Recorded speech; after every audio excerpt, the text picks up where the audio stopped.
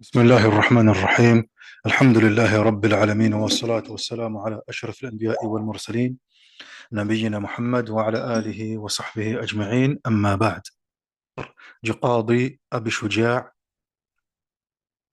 أحمد ابن الحسين الأسفهاني العباداني الشافعي رحمة الله عليه رحمة واسعة.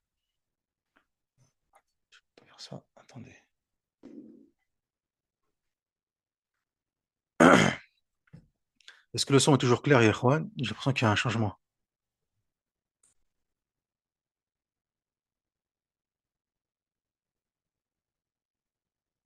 Très bien, Jayid. Autant pour moi. Je pensais qu'il y avait un souci. Alhamdulillah. Oui, nous sommes arrivés, Ikhwan. Alors, lors de notre lecture précédente, la semaine dernière, on avait terminé tout ce qui était en rapport avec le chapitre de l'eau. Alhamdulillahi Rabbil Alamin. Nous sommes arrivés à une nouvelle section, à un nouveau fasal qui concerne, Jazakumullahu khairan, la purification de la peau des bêtes mortes. Ma yatuhuru bid-dibar.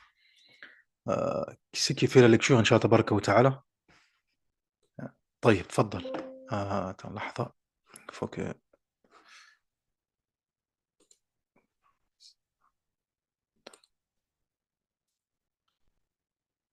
Et voilà, normalement, c'est bon. Allô? Aïwa, t'entends bien. Tfaddal. Ah, alhamdulillah. Alors, la purification de la peau des bêtes mortes de cause naturelle. Les peaux des corps morts deviennent pures lorsqu'elles sont tannées, excepté la peau du chien et du porc.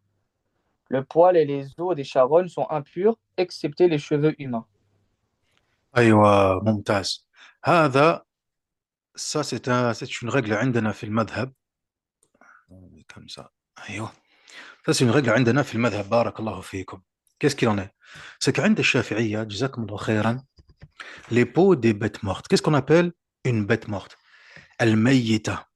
الميتة, c'est tout animal qui n'a pas été sacrifié selon de façon cultuelle, de façon rituelle. طيب, هذا هو. Tout ce qui n'a pas été sacrifié de cette façon-là, c'est une bête morte. On appelle ça al-mayyita. Wal-mayyita najisa. Mayyita najisa. Déjà ici, première règle qu'on peut avoir à l'esprit, barakallahu fikum, c'est quoi donc? C'est que al-mayyitat kulluha najisa. C'est comme on le voit ici. Alors, attendez, je vais prendre euh, ça. هكذا. أيوة جيد. Comme on le voit ici, طيب, la règle ici, ضابط فقهي, règle كل الميتات نجسة إلا الآدمي والسمك والجراد. Toutes les bêtes mortes, elles sont najis, elles sont des souillures, excepté l'être humain, le cadavre de l'être humain, excepté les animaux marins et excepté les sauterelles. Mais à part cela, tout le reste, il est najis. Deuxième règle, celle qui est juste en dessous, ici. Deuxième règle. Al-mayyita najisa bi jami'i ajza'iha. C'est que la bête morte, c'est une najasa à part entière. Très bien. Mais également tout ce qui l'englobe, c'est-à-dire la peau, c'est-à-dire les os, tout, tout est najis. Qu'est-ce qu'on entend par bête morte, al-mayita, ma faraqat al-haya bi ghayri dhakat shar'iyya. C'est tout être vivant, tout animal qui a perdu la vie sans avoir été sacrifié rituellement parlant. Tout ça, on appelle ça une bête morte. Tamam? Aïwa. Alors ici, ça n'a pas été mentionné ici, mais nous on mentionne, on met une petite parenthèse, excepté ce qui a été blessé par notre arme durant la chasse ou bien par le chien. Ça, c'est une petite exception comme entre parenthèses. طيب. Aïwa, que ça, on verra, Inch'Allah, tabaraka wa ta'ala, lorsqu'on fera le dernier volet, même pas, avant encore, lorsqu'on fera le chapitre concernant la chasse, etc., on verra ça ensemble, Inch'Allah, tabaraka wa ta'ala. Tamam? Jamil. Autre élément encore. Autre élément encore. Barakallahu fikum. Si maintenant j'ai une vache. Dans le corps de celle-ci, il y a son veau. Moi, j'ai égorgé la vache. Elle décède après l'avoir sacrifiée. Alhamdulillah. qu'en est-il de sa portée? Est-ce que ça devient une bête morte ou est-ce qu'elle est tahira, elle est pure? Et عندنا في المذهب, elle est pure. عندنا في المذهب, elle est pure, elle est tahira et je peux la consommer. Et je peux la consommer. Tamam? Aïwa. Car la règle عندنا في المذهب, c'est quoi donc? C'est du moment où j'ai égorgé la mer. Par conséquent, donc la mer, elle est pure à ce moment-là. Parce que, attention, oui, quand on parle de bête morte, qui est najis, ça veut dire que, par opposition, si je l'ai sacrifiée, elle n'est plus najisa. C'est plus najasa. Une fois que je l'ai sacrifié, là, l'animal, même son cadavre, par conséquent, est pur. Sa peau, son corps, tout le reste est pur. On est d'accord? Aïwa. Par conséquent, cela englobe aussi également sa portée. Le hadith du prophète Mohammed sallallahu alayhi wa sallam, Zakatul janin, zakatu ummihi. Le sacrifice de la portée, c'est le sacrifice de sa mère.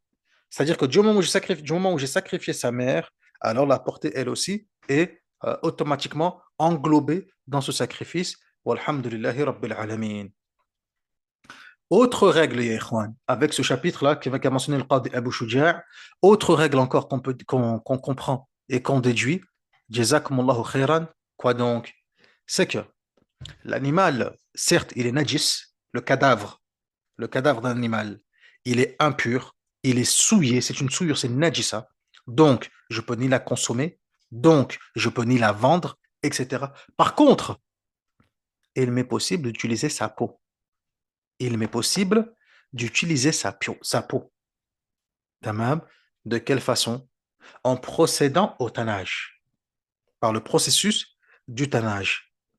Donc, si je tanne la peau d'une bête morte, alors sa peau devient pure et là, je peux en faire ce que je veux. Pourquoi les fuqaha? Regardez, les fuqaha, ils parlent de la peau des animaux. Juste après, ils parlent des récipients. Et ensuite, Al-Qadi Abu Shuja', il parle du siwak. Pourquoi? Après avoir évoqué l'eau, il va évoquer ensuite les contenants. Les contenants. Et oui, où est-ce que je vais stocker cette eau? Il a commencé par quoi donc? Par la peau. Par la peau. Car à l'époque, oui, les gourdes, etc., beaucoup des récipients, c'était comment? C'était fait avec de la peau, avec la peau des animaux. طيب يا إخوان, voilà pourquoi les fuqaha, ils ont mentionné cette section. Et ensuite, ils parlent des récipients métalliques, les récipients en or, en argent et les autres, etc., comme on le verra par la suite, Inch'Allah, tabaraka wa ta'ala.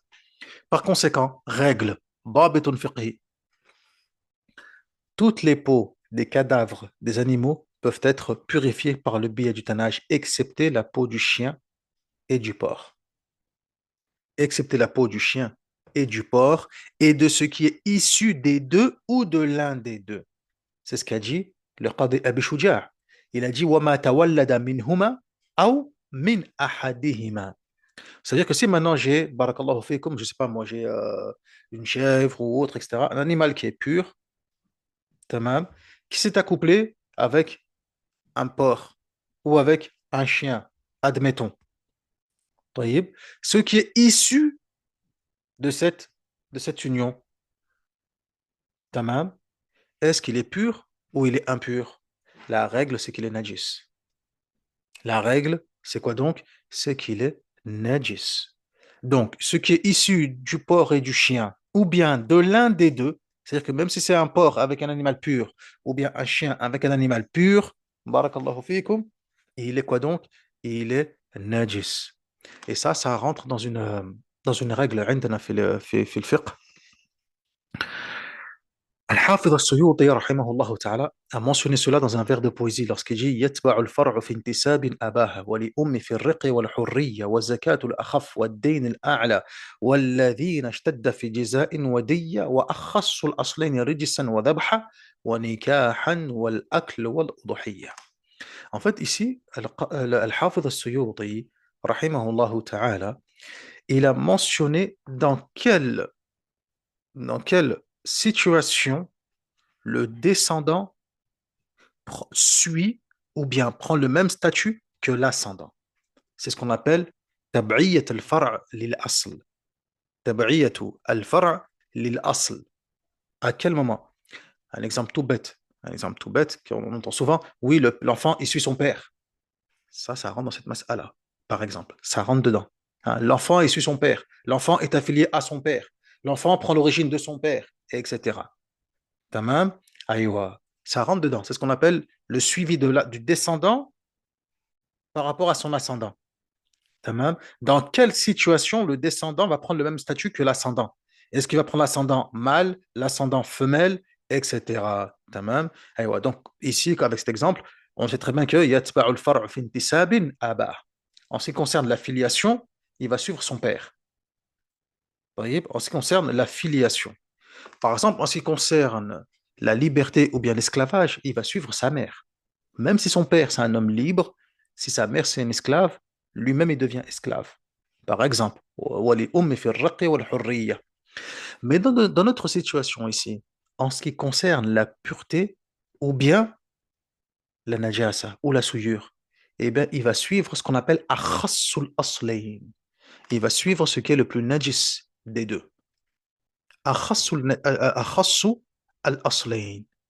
Donc, si maintenant j'ai une gazelle ou autre, etc., qui s'est accouplé avec un chien ou avec un porc, etc., enfin, pas etc., un porc ou un chien, parce qu'il n'y a que ça, un porc ou un chien, eh bien, barakallahu fikum, le descendant va suivre ce qui est le plus najis des deux.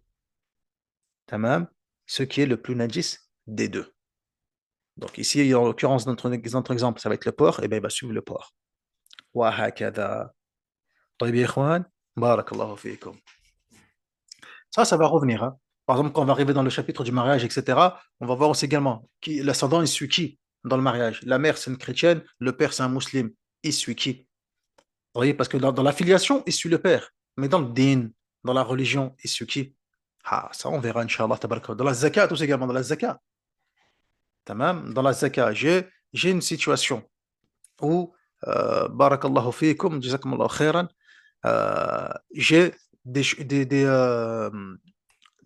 chameaux et j'ai également aussi une vache. Un chameau s'est accouplé avec une vache.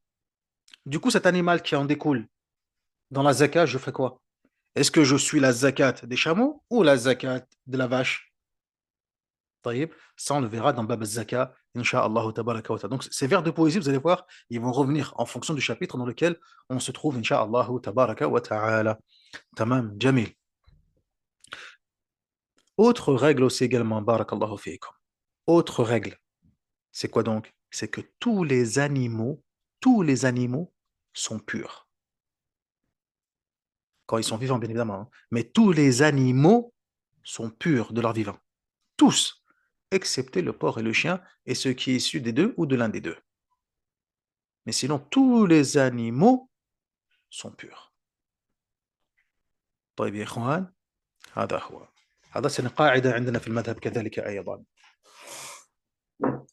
Donc nous, on ne fait pas عند الشافعية, on ne fait pas la distinction entre barakallahu fikum, la peau peut être tannée uniquement de l'animal qui est licite à la consommation. Ou bien l'animal qui est pur, c'est uniquement l'animal qui est licite à la consommation. Non, tous les animaux sont purs. Et les bêtes mortes, barakallahu fikum, toutes les peaux peuvent être purifiées par le tannage, excepté le porc et le chien. Excepté le porc et le chien. Les fuqaha et shafi'i, ils ont dit quoi donc? Ils ont dit le porc et le chien, de leur vivant. De leur vivant, ce sont des najasa. Donc, comment une fois après la mort, leur peau peut être purifiée? Alors que déjà, même de leur vivant, cette même peau, elle est najisa. Contrairement aux autres animaux. Les autres animaux, durant la vie, au moins, ils sont purs. Ala tahara. Donc, après leur mort, il y a possibilité de quoi donc? De purifier, barakallahu fikum, leur peau. Mais le kelb, le porc et le chien, même de leur vivant, ils sont najisa. فلا يمكن ذلك. Donc cela n'est pas possible. تمام يا إخوان هذا هو بارك الله فيكم جميل تفضل يا أخي on continue إن شاء الله تبارك وتعالى continue.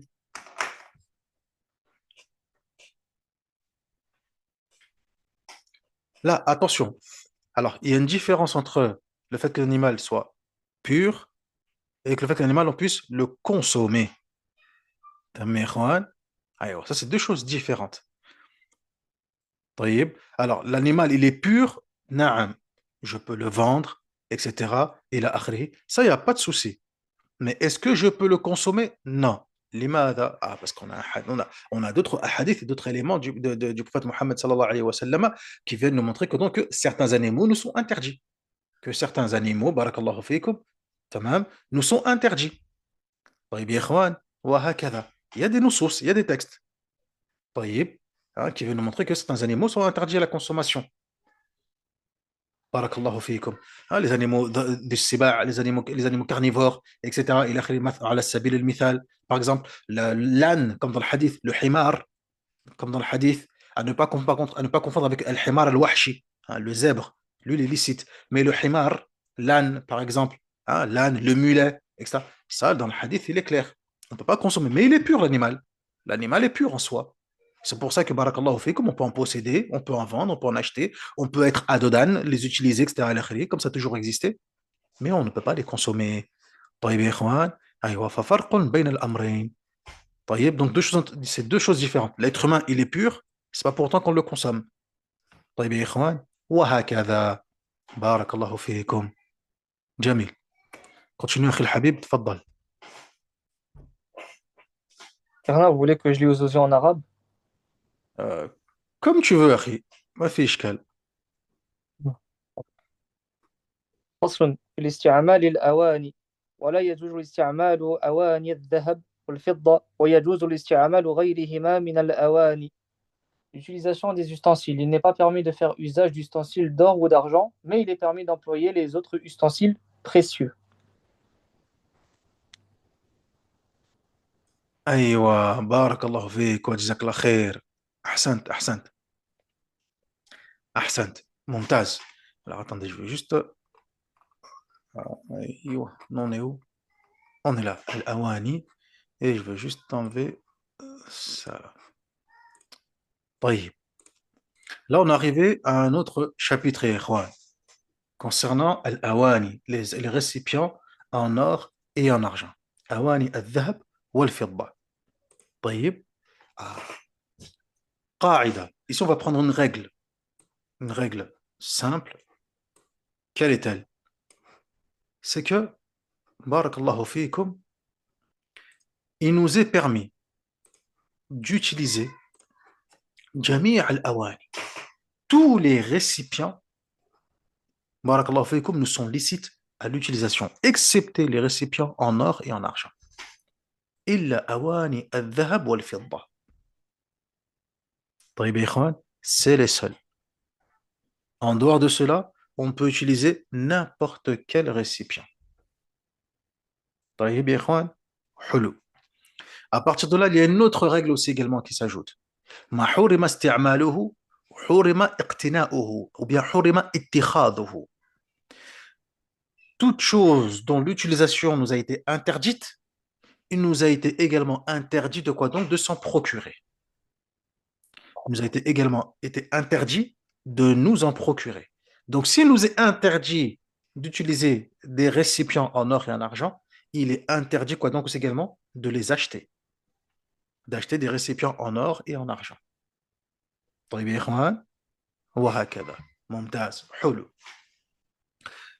En dehors de cela, on peut utiliser n'importe quel récipient, même des récipients précieux, en jade, en émeraude, en cristal, etc. Peu importe. La seule chose qui est interdite, c'est بالذهب والفضة.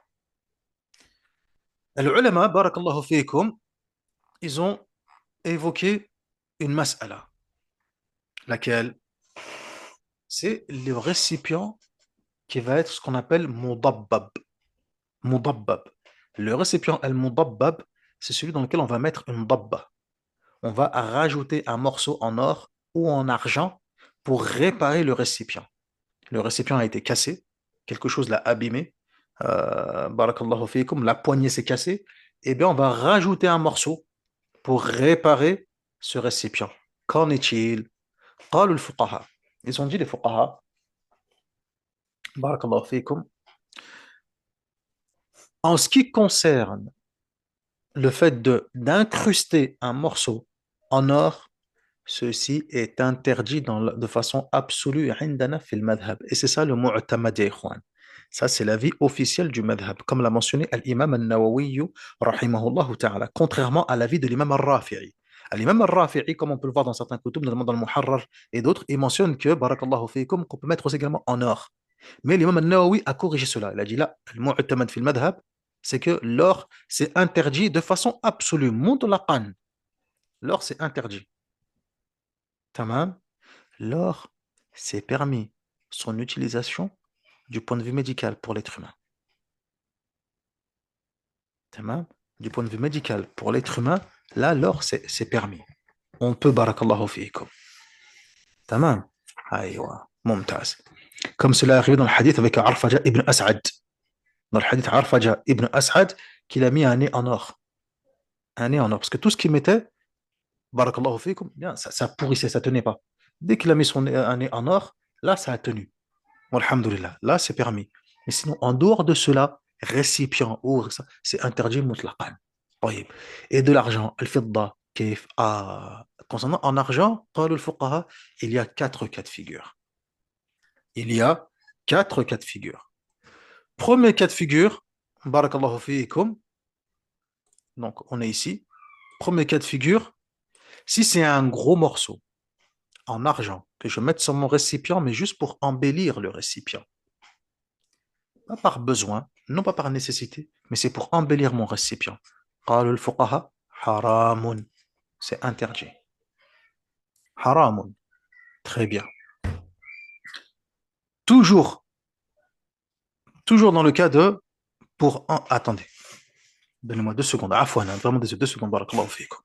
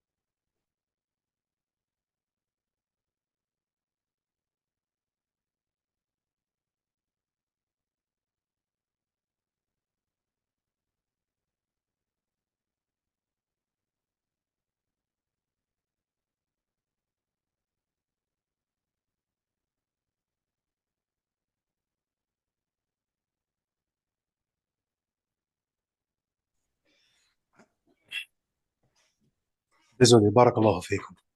Donc, toujours pour embellir. Toujours pour embellir, c'est en argent. Mais là, cette fois-ci, la différence, c'est que c'est un petit morceau. C'est un petit morceau. C'est pas quelque chose de. Voilà. C'est détestable. قال الفقهاء تكره. C'est détestable. Troisième cas de figure. Donc, on a vu celui-là. On est ici. C'est un grand morceau. Mais là, par contre, j'en ai besoin. Allez, j'avais une petite poignée. C'était un petit bol. J'avais une petite poignée. Et là, je me suis dit, allez, tant qu'à faire, je mets un petit morceau d'argent, je vais mettre une plus grande poignée encore. Là aussi, c'est détestable. C'est pas interdit, mais c'est détestable. Et enfin, quatrième et dernier cas de figure, je vais mettre un petit morceau pour réparer mon récipient. Là, c'est mubah, c'est permis. Là, ici, c'est permis. طيب يا إخوان هذا هو بارك الله فيكم. En ce qui concerne les récipients, jazakumullahu khayran wa baraka fikum, des mécréants. Awani al-kuffar. Ça, c'est important. طيب يا إخوان, qu'est-ce qu'il en est? J'ai des mécréants, j'ai un voisin, il me ramène, je sais pas moi, un gâteau, etc. Qu'est-ce qu'il en est? قال الفقهاء, comme on peut le voir ici sur le tableau. طيب. Awani al-kuffar wal mushrikin. Qu'est-ce qu'ils disent les fuqaha? قالوا إذا كانوا يتحرزون من النجاسات يجوز. Si ce sont certes des mécréants, d'accord, mais ce ne sont pas des personnes qui utilisent des najasat. Tamam. Pas de porc, pas de bêtes mortes, pas d'animaux qui ne sont pas sacrifiés selon le rite islamique, etc. Admettons, j'ai des voisins, c'est des végétariens ou des végétaliens ou des véganes ou des je ne sais quoi. طيب. Al-Muhim, il n'y a pas de lahm, il n'y a pas de viande. Rien. Rien de chez rien. Et en plus, il n'y a pas de khamr. Ce pas des personnes qui consomment de l'alcool. Là, c'est yajouz. Là, c'est permis. Ce sont des récipients de koufar, naam, ils utilisent mais c'est permis. Limada. Parce que ce ne sont pas des personnes qui consomment des najasat. Des choses qui sont considérées comme étant des najasat indana. طيب. Aïwa. Par contre, si c'est des personnes qui. Donc là, on est ici, là. Barakallahu fiikum. Si ce sont des personnes, tamam, qui utilisent des récipients dans lesquels بارك الله فيكم يغادي نجاسات إذا كانوا لا يتحرزون من النجاسات ولكنك لا تعرف هل هذا الإناء به نجاسة. Là c'est permis mais c'est détestable. C'est permis mais c'est détestable. Tamam. Et si maintenant, troisième cas de figure, on est là, si maintenant, barakallahu fiikum, ce sont des personnes, non seulement ils utilisent des najasat, mais en plus dans le récipient dans lequel tu utilises, ici, il y a encore des restes de najasa. Tu ne l'utilises pas. Haramun. Tu ne l'utilises pas. طيب يا إخوان. أيوة هذا هو المعتمد عندنا في المذهب. بارك الله فيكم. جيد. Et il y a aussi une autre قاعدة que j'aimerais mentionner. Laquelle? On a dit que ce qui nous est interdit à l'utilisation, il nous est également interdit de quoi donc? Hein? Il nous est aussi également interdit de s'en procurer.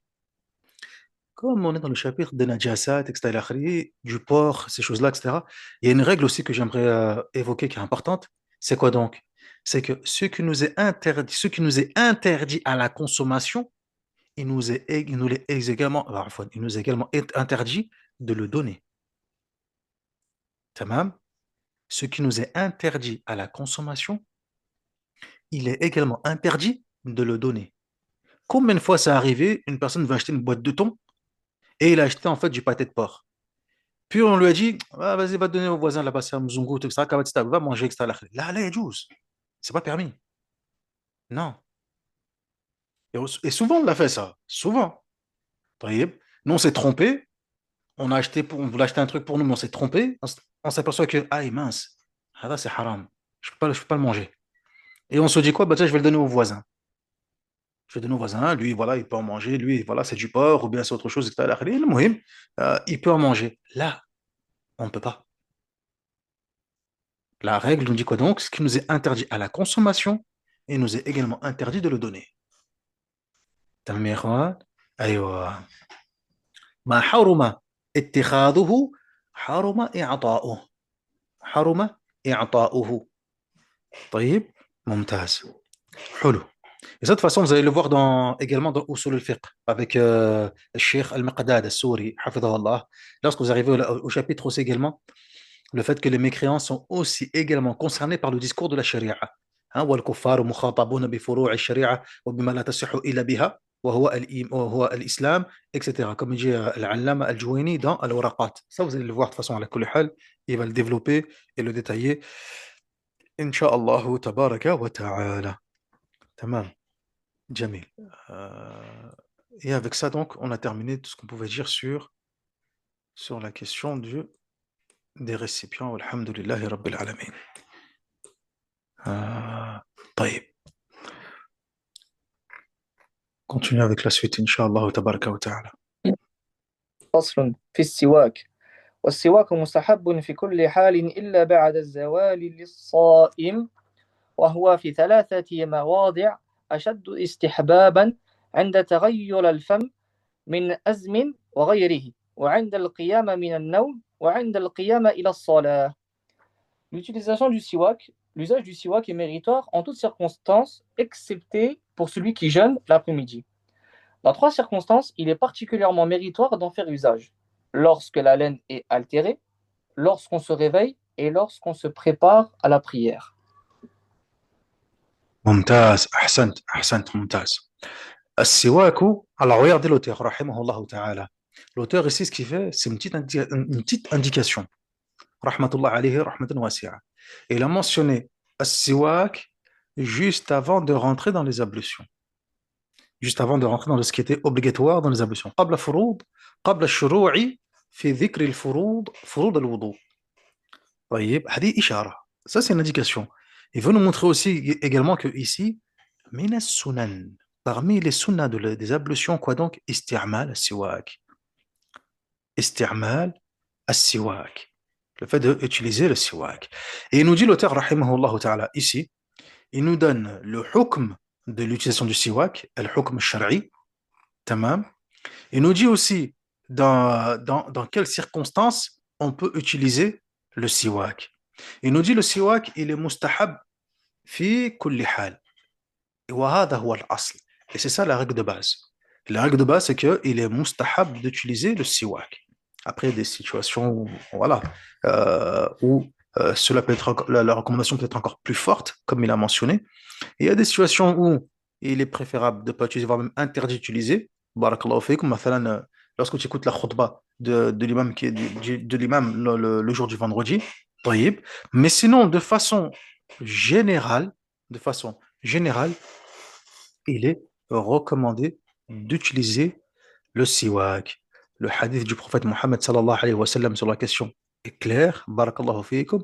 As-siwaku matharatun lil fam, mardatun lil rabb. Le siwak est une purification pour la bouche et une satisfaction également pour le Seigneur. Alhamdulillah rabbil alamin. Mumtaz. As-siwaku, des fuqaha ont même écrit des épîtres concernant le siwak, notamment le livre Tuhfat al-Nussak fi ahkami as-siwak. Tuhfat al-Nussak fi ahkami as-siwak. Certains également ulama, ils ont mentionné, barakallahu fiikum wa jazakumullahu khairan, que ceci était quoi donc une sunna et c'est le mu'tamad indana fil madhab. Que le siwak, na'am, c'est bel et bien une sunna. On verra par la suite à quel moment il faut l'utiliser, Inch'Allah, tabaraka wa ta'ala, dans les ablutions, bi'idhnillahi azza wa jal. Tamam? Al-muhim. Il nous dit ensuite l'auteur, rahimahullah ta'ala, illa ba'd al-zawal, excepté ba'd al-zawal li sa'im, après le zénith pour celui qui jeûne. Après le zénith pour celui qui jeûne. Ça, c'est le mu'tamad indana fil madhab. C'est-à-dire que celui qui jeûne, une fois qu'il est arrivé au zawal, au zénith, lorsque le soleil est au midi, il ne lui est, enfin, oui, il ne lui est plus permis. C'est pas interdit, c'est pas haramun, mais l'utilisation du siwak à ce moment-là devient détestable pour lui. L'utilisation du siwak, pour lui, elle devient comment? Elle devient détestable. Pour quelle raison? Il se base sur le hadith rapporté par Al-Bukhari et Muslim, le hadith Abi Huraira. La khaloufu fammi sa'imi atyabu 'inda Allah min rih al-misk. La laine du jeûneur, la laine du jeûneur est plus délicieuse et elle est meilleure auprès d'Allah que l'odeur du misk. Que l'odeur du misk. Ça fait que les fuqaha, notamment comme Ibn Hajar al-Haytami et d'autres, qu'est-ce qu'ils ont dit? Ils ont dit, une fois que tu arrives au zénith, ne touche plus le siwak. Laisse cette haleine. Tamam, laisse-la. Car ceci est akhir. C'est quelque chose qui est aimé auprès d'Allah, tabaraka wa ta'ala. Tamam, ya ikhwan, wa hakadha, jamil. ثم قال, et ensuite, il devient recommandé à plus forte raison dans trois situations. Alors, en réalité, il y a d'autres situations encore, mais là, c'est un mukhtasar, c'est un résumé, donc il mentionne uniquement les points les plus importants pour lui, rahmatullah alayhi, rahmatan wasi'a. Il dit, عند تغير الفم من أزم أو غيره. Il dit, lorsque la laine de la bouche a changé, soit parce que tu es resté silencieux trop longtemps, ou bien pour autre chose, tu as consommé quelque chose, etc., qui a altéré ton haleine et qui donne une odeur quelque peu nauséabonde. Là, ici, il est fortement recommandé pour toi d'utiliser le siwak. Deuxième cas de figure, al-qiyam min al-nawm, lorsque tu te réveilles, etc. À ton réveil, il est bien d'utiliser le siwak. Et enfin, troisième cas de figure, barakallahu fikum, عند القيام عند القيام إلى الصلاة نعم عند القيام إلى الصلاة تمام جميل ممتاز. Lorsque tu te lèves pour aller à la salat, c'est-à-dire à quel moment? Ils ont dit les fuqaha, c'est-à-dire lors des ablutions. Lors des ablutions. Du coup, à quel moment j'utilise le siwak? Du coup, à quel moment j'utilise le siwak? Ici, les fuqaha, ils ont divergé. اختلفوا الرملي وابن حجر. العلامة الرملي رحمه الله تعالى et العلامة ابن حجر, ils ont divergé. بارك الله فيكم. تمام؟ أيوة.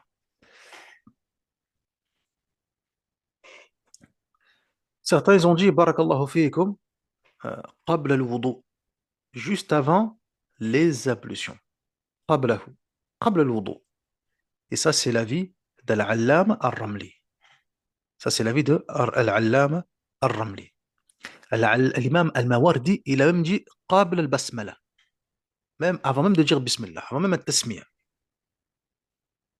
طيب, ممتاز. المهم, lui, al-Ramli, lui dit quoi donc? Avant de commencer à se laver les mains. تمام. Tu fais al-siwak. Al-Allama ibn Hajar, lui, rahimahullah ta'ala, qu'est-ce qu'il dit? Il dit قبل المضمضة, avant de te rincer la bouche. Lui, il dit avant de te rincer la bouche. تمام. المهم, avant de se laver, de se laver les mains, ou bien avant de se rincer la bouche, etc. كلاهما يصح. Dans tous les cas, c'est permis et c'est valide. Walhamdulillahi Rabbil Alamin. Comment on fait le siwak? قالوا الفقهاء, ou le siwak, on le fait avec la main gauche. Yustak, comment il fait le siwak? Qui fait yustak? Avec la main gauche. En utilisant un bâton de tige de harak, c'est ce qu'il y a de mieux, min harak, etc. Et il le fait avec la main gauche. Et ça, c'est une qaïda عندنا في المذهب. كل المكروهات بارك الله فيكم بالشمال. كل المكروهات. ou bien كل المكرومات باليمين وغير ذلك بالشمال. تمام. Et ouais, toutes les choses nobles, on le fait avec la main droite. En dehors de cela, on le fait avec la main gauche. En dehors de cela, on le fait avec, avec la main gauche. إذن يستاكو بالشمال. Donc là, comme c'est le fait de se nettoyer, etc., إلى آخره, il le fait avec la main gauche. ممتاز. Est-ce que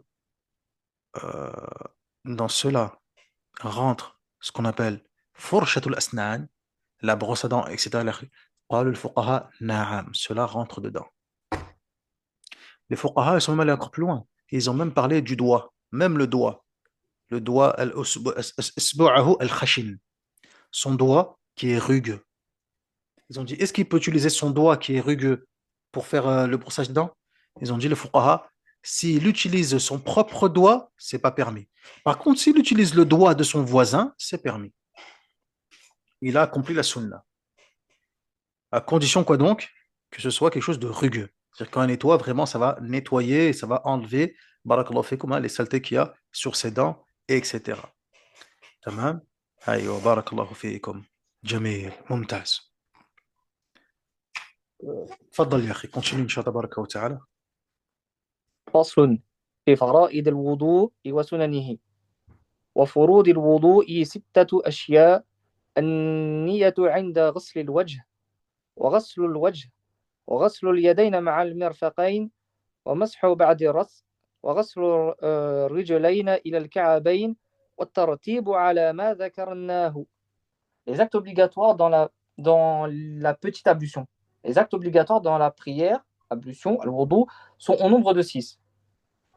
L'intention, le lavage du visage, le lavage des 2 mains jusqu'au coude, le passage des mains mouillées sur une partie de la tête, le lavage des 2 pieds jusqu'aux chevilles, l'ordre de succession de ces actes tels que nous l'avons mentionné. Aïwa, mumtaz. Ahsant. Avant de terminer avant de commencer les ablutions, l'imam al-Nawawi, rahimahullah ta'ala, concernant le caractère détestable d'utilisation du siwak pour le jeûneur après le zénith, lui, il dit que pour lui, il dit que c'est permis. L'avis de l'imam Nawawi, rahimahullah ta'ala, c'est que c'est permis, mutlaqan. Lui, il voit à aucun moment cela est détestable. Adam al-karaha mutlaqa, comme il l'a mentionné dans le Majmou'. Mais ça, c'est l'avis de l'imam Nawawi. طيب. أيوة. Mais le mu'tamad dans le madhab, Non, on vous a pas entendu. afwan. Il y a eu des coupures. Ah, afwan. Et là, c'est bon? Est-ce que le son est clair là, barakallahu fiikum?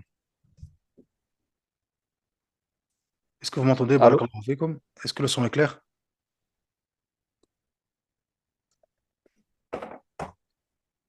Est-ce que vous m'entendez là? Est-ce que le son est clair? Jazakumullahu Non, khairan. là, on entend. Alhamdulillah. Donc, je disais, pour revenir à la mas'ala du siwak, le fait que le jeûneur, il lui est interdit, ou bien il est détestable pour lui plutôt, l'utilisation du Allô? siwak. Oui, naam, ça coupe toujours? Tamam.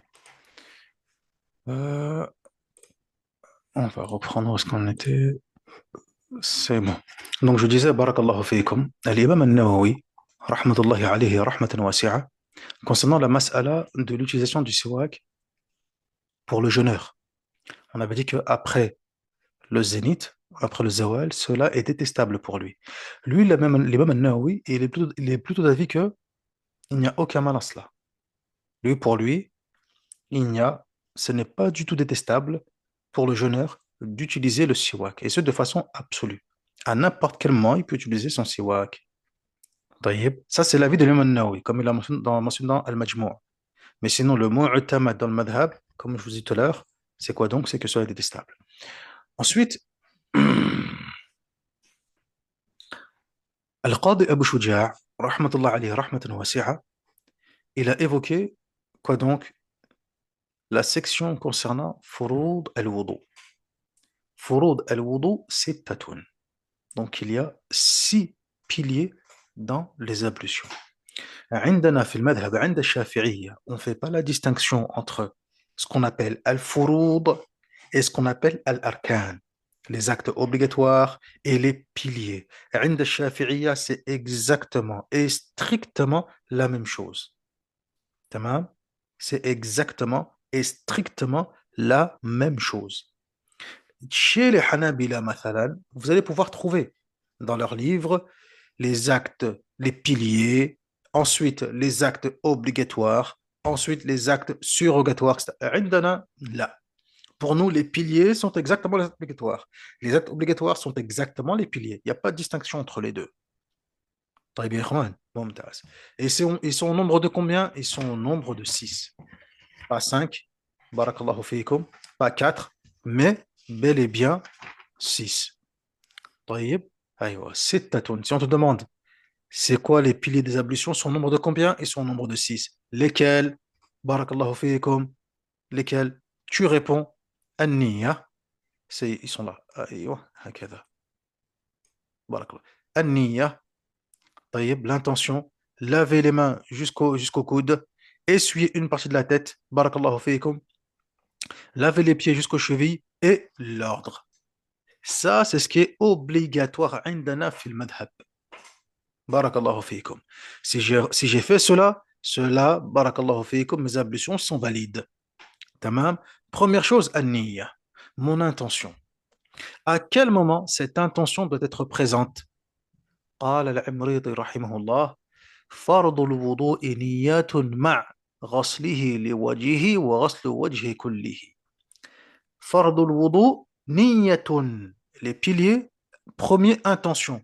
À quel moment? مع غسله لوجهه. Au moment où il lave son visage. Au moment où tu laves ton visage, c'est à ce moment-là que tu dois avoir l'intention. C'est à ce moment-là, obligatoirement, que tu dois avoir l'intention. Si tu l'as avant, tant mieux. Tant mieux. Alhamdulillah. طيب. Mais nous, on parle du moment où c'est obligatoire. Obligatoirement, c'est à quel moment? C'est au moment, barakallahu fik, où tu laves ton visage. Là, il est obligatoire pour toi d'avoir l'intention de laver ton visage. طيب يا إخوان. عفوا, d'avoir l'intention de faire les ablutions. C'est à ce moment-là. طيب. Jamil.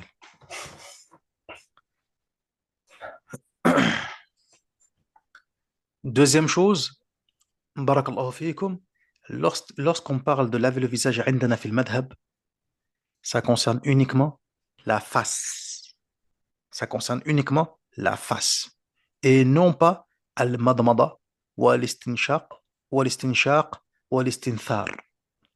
Ça ne concerne pas la gargarisation, ça ne concerne pas le fait de mettre de l'eau dans le nez, et ça ne concerne pas le fait d'expulser l'eau par le nez. طيب يا إخوان, ceci est important. Et عندنا في المذهب, ces éléments, ils sont recommandés, certes, ça rentre dans les sunan, ça rentre dans les actes surérogatoires, mais pas dans les actes obligatoires qui sont nécessaires pour la validité de mes ablutions. طيب يا إخوان, أيوة, بارك الله فيكم. Deuxième point, deuxième pilier. Alors, premier pilier, Afwan, l'intention. Deuxième pilier, laver le visage. Troisième pilier, laver les mains jusqu'au coude. Alors, dans laver le visage, barakallahu fikum, dans laver le visage, quand je lave le visage, et là on va s'adresser également à ceux qui portent la barbe, il y a ceux qui ont une barbe touffue, ce qu'on appelle al-lihyatu al-katha, et ceux qui ont une barbe légère, al-lihyatu al-khafifa. Al-lihyatu al-khafifa. Celui qui a une barbe touffue, ikhwan, katha, lui, qu'est-ce qu'il fait? Il lave la surface, tout simplement. Est-ce qu'il doit pénétrer à l'intérieur, etc. Il a akhiri? Là. Ça rentre encore une fois dans les sunan. Mais pour lui, c'est pas obligatoire. Il passe l'eau et il lave le visage, et ensuite, en surface de la lihya, yakfi. Ça suffit. Exception faite pour la femme qui est barbue. La femme qui a une forte pilosité, bien que dans sa situation, comme ils ont dit les fuqaha, il est recommandé pour elle de se raser. Mais dans le cas où elle ne le fait pas, dans le cas où elle ne le fait pas, voilà, c'est embêtant, etc. Toujours se raser, elle a une forte pilosité, ça pousse très très vite, etc. Allahumma barak, masha'Allah. Al-Muhim, elle, par contre, il lui est obligatoire de faire le tahlil. Là, vous allez me dire, mais pourquoi? Pour quelle raison? Lui, il a une barbe et elle a une barbe. Pourquoi quand c'est l'homme, etc. Et pourquoi quand c'est la femme? Ah, tout de suite, là, la différence entre les deux, barakallahu fiikum, c'est que elle, la femme, c'est une situation qui est rare, extrêmement rare, nadir. Et comme disent les fuqaha, comme dit la règle, wa nadiru la hukma lahu. Et ce qui est exceptionnel, qui est nadir, ça n'a pas de statut juridique au préalable. Tamam? Aïwa. Tandis qu'un homme soit barbu, avec une grosse barbe, etc., ça, par contre, c'est beaucoup plus fréquent. On peut même peut-être dire, entre guillemets, c'est l'asl. Taïb. Mais une femme barbue, là, c'est extraordinaire. Taïb, ya ikhwan. Voilà pourquoi ils ont fait la distinction entre les deux, les fuqaha. Faqat, ni plus ni moins. Al-muhim. Jamil. Ensuite, par contre, celui qui a une barbe légère, qu'est-ce qu'il fait? Lui, obligatoirement, il passe ses doigts dans sa barbe. Tamam. Il fait en sorte que l'eau rentre à l'intérieur, etc., et touche la peau, etc. طيب يا إخوان. أيوة. Maintenant, une question se pose. Laquelle? ما هو الضابط في التفريق بين اللحية الخفيفة واللحية الكثة؟ Quelle est la règle qui va faire la distinction, qui va nous permettre de faire la distinction entre une barbe touffue et une barbe légère? قالوا الفقهاء, ils ont dit les fuqaha, la barbe touffue ou bien la barbe légère, peu importe, c'est du moment où tu arrives à distinguer la peau sous la barbe lorsque tu es en train de discuter avec la personne. Fi majlisi at-takhatub. Si maintenant on est à distance, toi et moi, on a une distance afin de pouvoir avoir une discussion, toi et moi, ce qu'on appelle majlis at-takhatub. Tamam? Aïwa. Et à cette distance-là, je suis en mesure de pouvoir voir ta peau sous ta barbe. Si je vois ta peau sous ta barbe, tu as une barbe qui est légère. عندنا في المذهب, c'est une barbe qui est légère. لحية خفيفة. Par contre, si la pilosité est telle que je ne vois strictement rien, je ne vois pas ta peau sous la barbe, c'est que tu as une barbe qui est fournie. Et par conséquent, les règles qui vont avec. طيب يا إخوان, Jamil, ممتاز. Donc, premier pilier, l'intention. Deuxième pilier, laver le visage. Troisième pilier, laver les mains jusqu'au coude. Quand on dit jusqu'au coude, ça veut dire quoi? C'est-à-dire avec ou sans les coudes? Laver les mains jusqu'au coude, c'est avec ou sans les coudes? Hmm. Ici, c'est ma'al mirfaqayn. C'est avec les coudes. Très bien, ikhwan. Aïwa. Donc, laver les mains jusqu'au coude, il a, c'est-à-dire avec les coudes. Pourquoi on précise? On précise parce qu'en fait, généralement, dans la langue arabe, si on dit ghasl al-yadayn ila al-mirfaqayn, c'est-à-dire que est-ce que le mughaya tadkhul fil ghaya? Est-ce que la finalité rentre ou pas? Lorsque je dis laver les mains jusqu'au coude, généralement, dans la langue arabe, quand tu dis ila, ce qui vient après ne rentre pas, n'est pas compris. Ce qui vient après n'est pas compris, généralement. طيب يا إخوان, c'est ça la règle de base. Voilà pourquoi les fuqaha ici sont précisés, on dit il al-mirfaqayn, c'est-à-dire ma'a al-mirfaqayn, c'est-à-dire avec al-mirfaqayn, c'est-à-dire avec, barakallahu fiikum, hein, avec les coudes. Jamil, mumtaz, حلو. ثم ايش? Quatrième pilier, essuyer une partie de la tête. Essuyer, ya إخوان, une partie de la tête. Donc on est où? On nous dit ومسح بعض الرأس. ومسح بعض الرأس. تمام. Alors ça, c'est une mas'ala avec laquelle c'est singularisé les fuqaha shafi'iyya. Et on a été entre guillemets, je dis ça avec le sourire, mais parfois même la risée du jumhur. La risée du jumhur, du reste des fuqaha. Tamam. Parce que eux, les fuqaha shafi'iyya, qu'est-ce qu'ils ont dit? Contrairement aux autres, hein, les hanabila, les malikiya, etc., eux, ils disent, c'est toute la tête. Toute la tête. Les hanaf, barakallahu fiikum, hmm, euh, barakallahu fiikum, qu'est-ce qu'ils disent? Eux, ils disent, jazakumullahu khairan, ils disent au moins un quart de la tête. Au moins un quart de la tête. Mais les shafi'iyya, qu'est-ce qu'ils ont dit? Ils ont dit alors, déjà, toute la tête, non, ça ne va pas, parce qu'on a un texte à ce niveau-là. Un quart de la tête, bah alors, qu'est-ce qui vient préciser un quart de la tête? Il n'y a rien. Par conséquent, on reste sur la règle de base qui est quoi? Donc, tout simplement, une partie de la tête, ce qui est considéré comme étant de la tête, yakfi. Et qu'est-ce qu'ils ont dit les fuqaha? Ils ont dit, ne serait-ce que, barakallahu fikum, si tu passes ta main elle est humide, regarde, j'ai ma main, je l'ai mis dans l'eau. Je l'ai mise dans l'eau. Et j'ai des gouttes qui tombent. Et je passe ma main au-dessus de ma tête. Et il y a une goutte qui tombe sur ma tête. قالوا الفقهاء يكفي. Ça y est, خلاص, c'est bon. Tu peux commencer maintenant à te laver les pieds. يكفي. خلاص انتهى. C'est bon. هكذا قالوا الفقهاء. تمام. À condition, attention, à condition que ce soit au niveau de la tête. C'est pour ça que, regardez ici, en langue arabe, là, juste là, il y a marqué had al-ras. Had al-ras. C'est-à-dire qu'on est vraiment au niveau de la tête et non pas sur les cheveux. Nous, c'est pas les cheveux qu'on veut mouiller. C'est pas les cheveux qu'on veut essuyer. C'est la tête. Donc, il faut vraiment qu'on soit au niveau de la tête. Tamam, ya ikhwan. C'est pour ça que les ulama, barakallahu fikum, qu'est-ce qu'ils ont dit? Ils ont dit que essuyer sur la longueur des cheveux, ça ne suffit pas. Une femme qui a les cheveux longs, mafalan, ala sabil al-mithal, et, ou bien même un homme, et hop, il prend la pointe et il essuie sur la pointe. Yakfi? Non, ça ne suffit pas. طيب يا إخوان وهكذا جميل. Donc c'est vraiment au niveau de la tête. على سبيل المثال, par exemple, une femme, elle fait ses ablutions. Tamam. Elle fait ses ablutions, etc. Elle arrive au niveau de la tête. Est-ce qu'elle doit retirer, mathalan, tout son bonnet, tout son djilbab, son voile, etc., son foulard, il a akhri? Là, pas forcément. Elle rentre son doigt, son index, juste au niveau de sa tête. Elle le pénètre en dessous du voile, mathalan, yakfi. قال الفقهاء يكفي عندنا في المذهب ça suffit largement. انتهى, ça y est. Elle peut maintenant se laver les pieds, etc. et continuer. طيب يا إخوان حلو. Ensuite, cinquième pilier, se laver les pieds.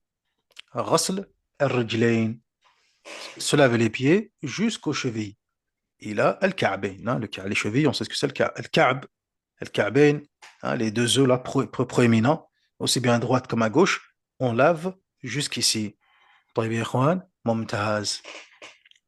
Et enfin, dernier pilier, en sachant que الإمام المزني عندنا في المذهب عندنا في المذهب الشافعي بارك الله فيكم, الإمام المزني lui il est d'avis qu'il faut essuyer la tête dans sa totalité. أوجب مسح جميع الرأس.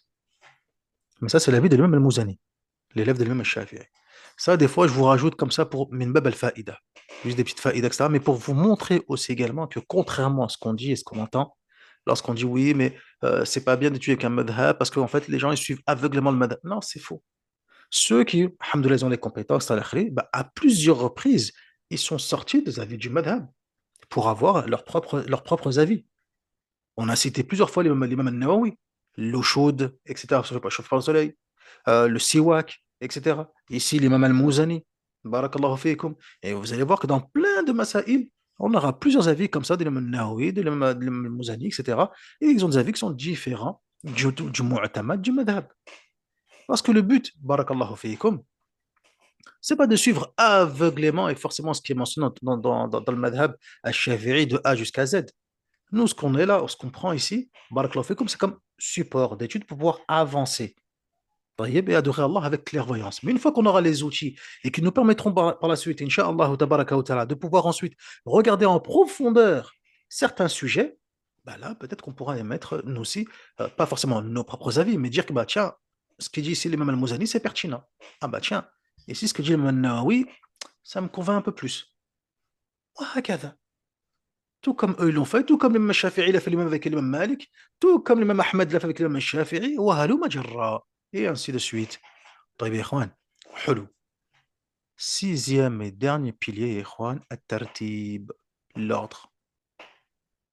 L'ordre. Vous avez vu, يا إخوان? Hmm, c'est où, c'est où, c'est où, c'est où? Est-ce qu'il a mentionné ici dans les sunan? Non, et même là, il n'a pas mentionné dans les sunan. Mais on va le mentionner. Mais regardez, vous avez vu, يا إخوان, ici, dans les dans les actes obligatoires, il y a un élément qui n'a pas été mentionné. C'est quoi? C'est ce qu'on appelle al-muwala, l'enchaînement dans les ablutions, la successivité des actes. Vous avez vu? Ici, il n'a pas mentionné le qadi Abu Shuja'. Qu'est-ce que ça veut dire? Il a mentionné l'ordre, na'am. Respecter l'ordre n'implique pas forcément la successivité. Parce que quelqu'un pourrait le comprendre comme ça. Et respecter l'ordre, surtout en français, il dit l'ordre de succession de ses actes. Hakadha qal. Ah, il a traduit comme ça, l'ordre de succession de ces actes. Donc on pourrait comprendre que les actes doivent être faits de façon successive, bitartib, bitaqib, afwan. Bitaqib, hakadha, mubasharatan. Le visage et ensuite tout de suite les mains et ensuite tout de suite الرأس et ensuite tout de suite لا. عندنا في المذهب الشافعي بارك الله فيك, j'ai la niya, je lave mon visage, je mange un sandwich, je me lave la main droite, je bois une boisson, je me lave la main gauche, je vais manger un dessert, je reviens, j'essuie ma tête, je repars, je mange une glace, je reviens, je lave les pieds, etc. Le wudu, il est sahih, même si j'ai mis 2 heures pour les faire. Même si j'ai mis 2 heures pour les faire, le wudu, il est sahih. Tant que j'ai la niya du début jusqu'à la fin, et tant que je respecte l'ordre, le wudu, il est sahih. هذا هو المعتمد عندنا في المذهب. Respecter la successivité des actes et le faire et enchaîner les actes les uns après les autres, etc., ceci n'est pas obligatoire à عندنا في المذهب. Comme on peut l'entendre chez certains fuqaha, où ils disent, oui, attention, il faut enchaîner les actes, parce que si jamais le bras droit sèche, etc., dans ce cas-là, le wudu, il n'est pas sahih, il est batil, il faut reprendre depuis le début. Là. نحن عندنا ما عندنا أي إشكال في ذلك. طيب يا إخوان, أيوة, بارك الله فيكم, ممتاز. أي لا لا لا لا.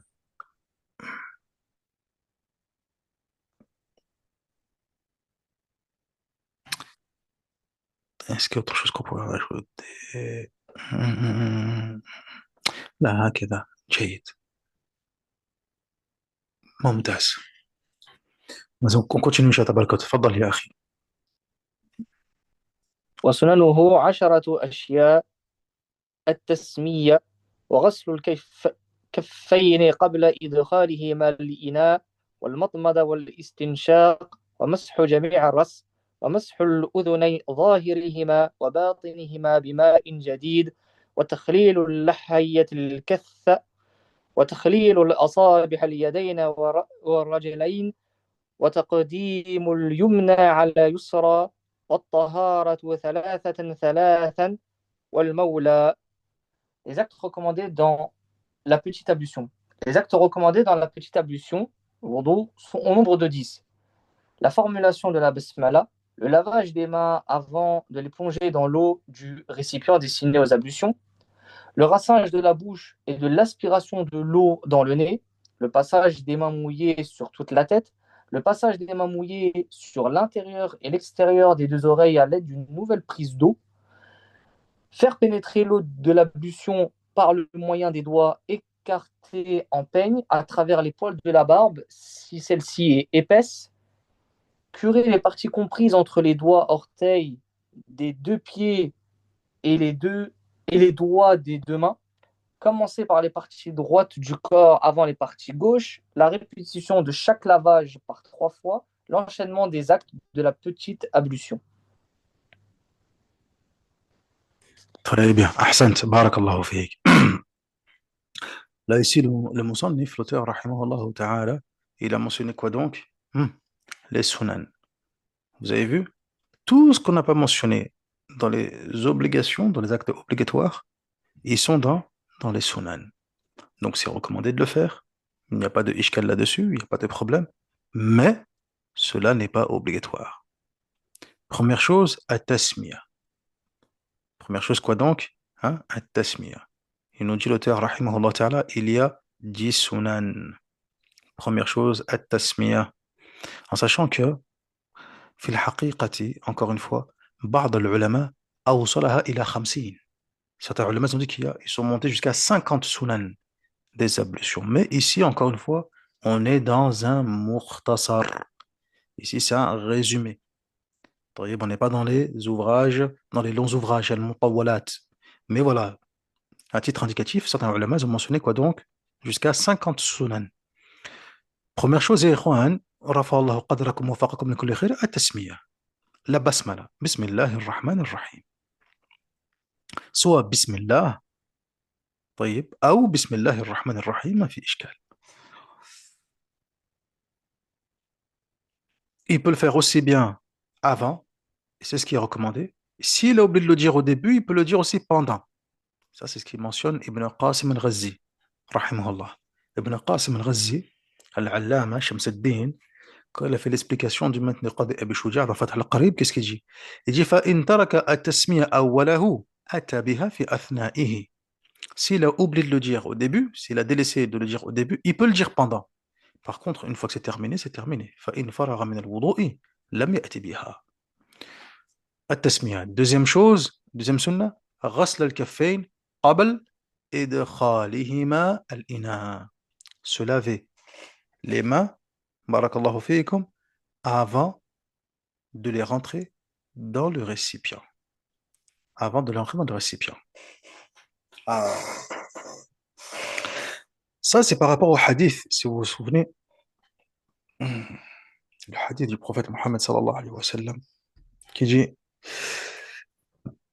إذا استيقظ أحدكم من نومه فلا يدخل يديه فليغسل يديه فليغسل يديه ثلاثا قبل أن يدخلهما الإناء أو في الإناء.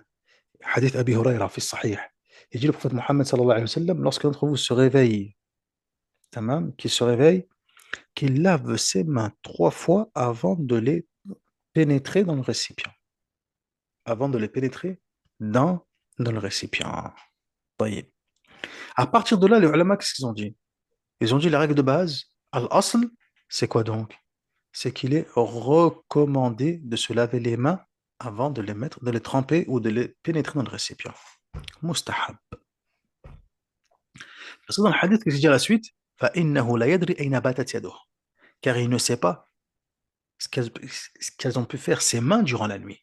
فَإِنَّهُ لَا يَدْرِي أَيْنَ بَاتَتْ يَدُهُ.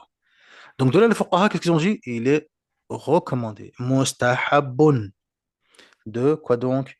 De laver ses mains 3 fois avant de les pénétrer dans le récipient. Très bien, ikhwan. Et c'est de là, les fuqaha, d'ailleurs, barakallahu fikum, c'est de là, les fuqaha, qu'est-ce qu'ils disent? Ils disent que lorsque tu laves une najasa, la sunna, c'est de laver 3 fois. La sunna, c'est de laver 3 fois. Mis à part le chien, ou comme on a vu ensemble, hein, c'est 7 fois, une fois de la terre, etc. Taïb, mumtaz. Mis à part la najasa du nourrisson, la najasa légère pour le nourrisson mâle, etc., ou juste humecter l'endroit, etc., ça suffit. Le reste des najasat, la sunna, c'est de laver 3 fois. Pourquoi? Ils ont dit le fuqaha parce que regardez cette situation. Le prophète Mohammed sallallahu alayhi wa sallam a demandé à une personne de se laver les mains 3 fois. Pourquoi donc? Pour la possibilité, ou plutôt même, pourquoi donc l'hypothétique situation dans laquelle peut se trouver une najasa. Alors qu'on n'a rien de sûr. On n'a pas d'yaqin, on n'a pas la certitude, mais peut-être, rubbama.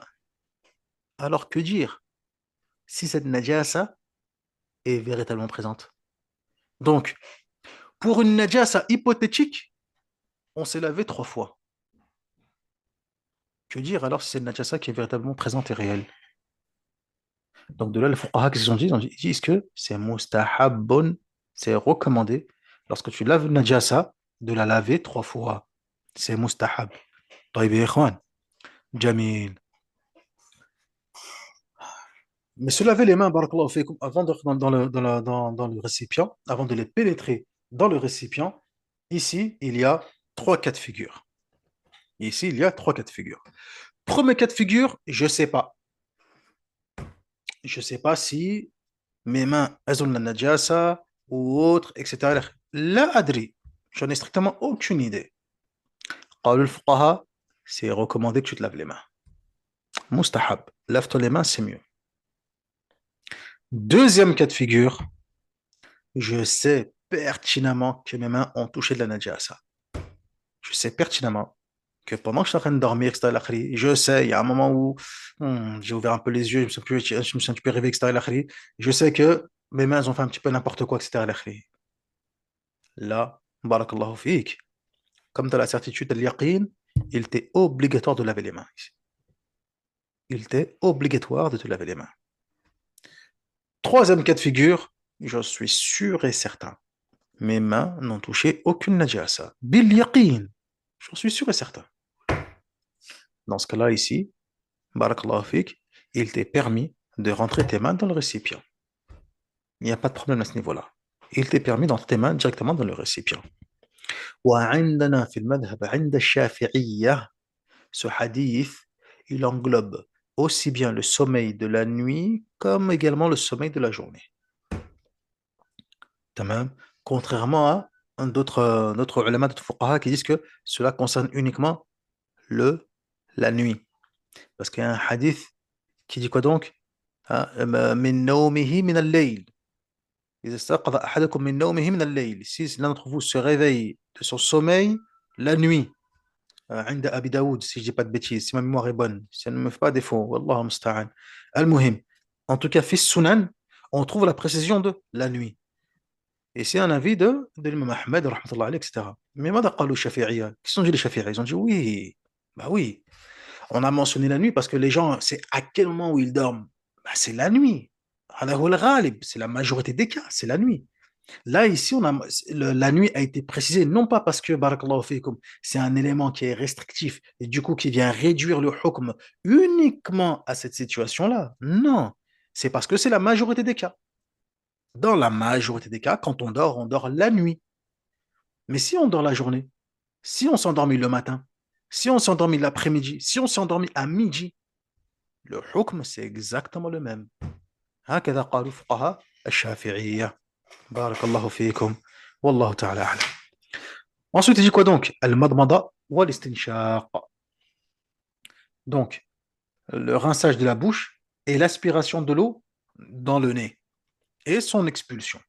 Tamam, et son expulsion. Alors, ici, les fuqaha, ils ont expliqué et donné plusieurs façons de faire al-madmada ou al-istinshaq. Bien qu'ils ont dit que le meilleur, c'est de le faire d'une seule bouchée. C'est-à-dire, je prends de l'eau, barakallahu fikum, avec la main droite, tamam, je mets ensuite dans la bouche et ensuite j'aspire le reste avec le nez et ensuite je recrache le reste par la bouche et le reste avec le nez avec la main gauche. Tamam, ça c'est la meilleure. D'après ce que dit les fuqaha. طيب يا إخوان. Ou bien, barakallahu fikum, je prends dans la bouche, je rejette. Ensuite, je prends, je mets dans le nez et je rejette. وهكذا. Et ainsi de suite. تمام يا إخوان. وهكذا بارك الله فيكم. ومسح جميع الرأس. Et essuyer l'ensemble de la tête. Essuyer l'ensemble de la tête. Ça, c'est mina sunan. Ça, c'est rentre dans les sunnah. Comme dans le hadith, barakallahu fikum, adbara wa aqbal. Adbara wa aqbal. Ils disent quoi les fuqaha? Ils disent que dans le hadith du prophète Mohammed sallallahu alayhi wa sallam, on dit qu'il a essuyé la tête, il est allé en arrière et il est revenu. Adbara wa aqbal.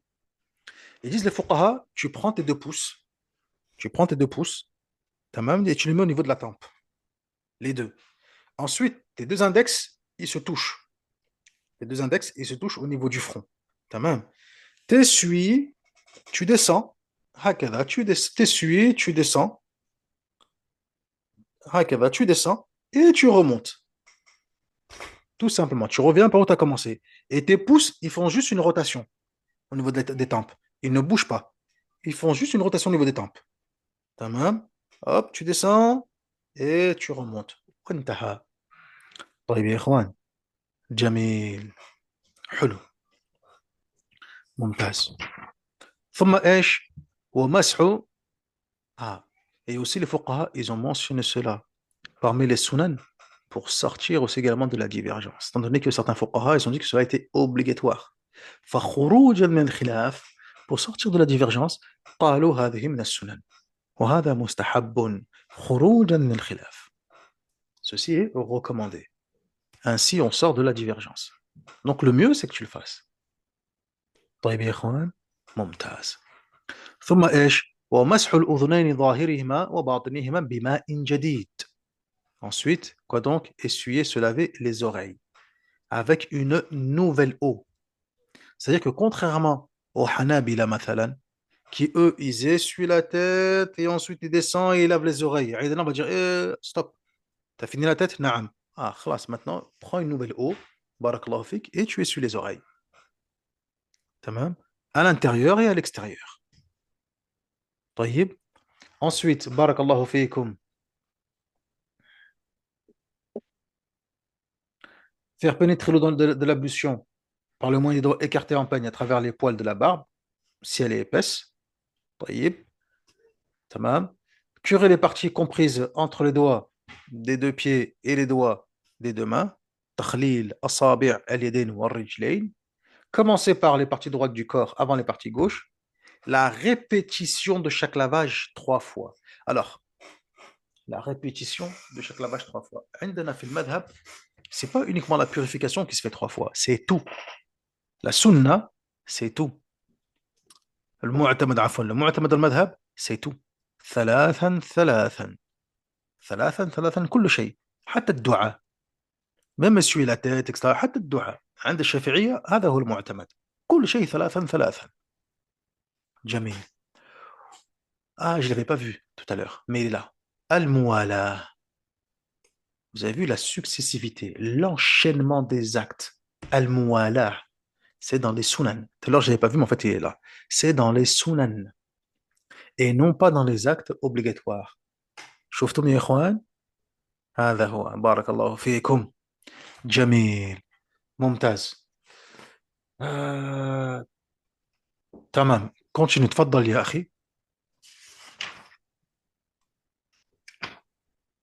فصل في الاستنجاء والاستنجاء واجب من البول والغائط والأفضل أن يستحيي بالأحجار ثم يتبعها بالماء ويجوز أن يقتصر على الماء أو على 3 أحجار ينقي بهن المحل فإذا أراد الاقتصار على أحدهما فالماء أفضل. La toilette intime.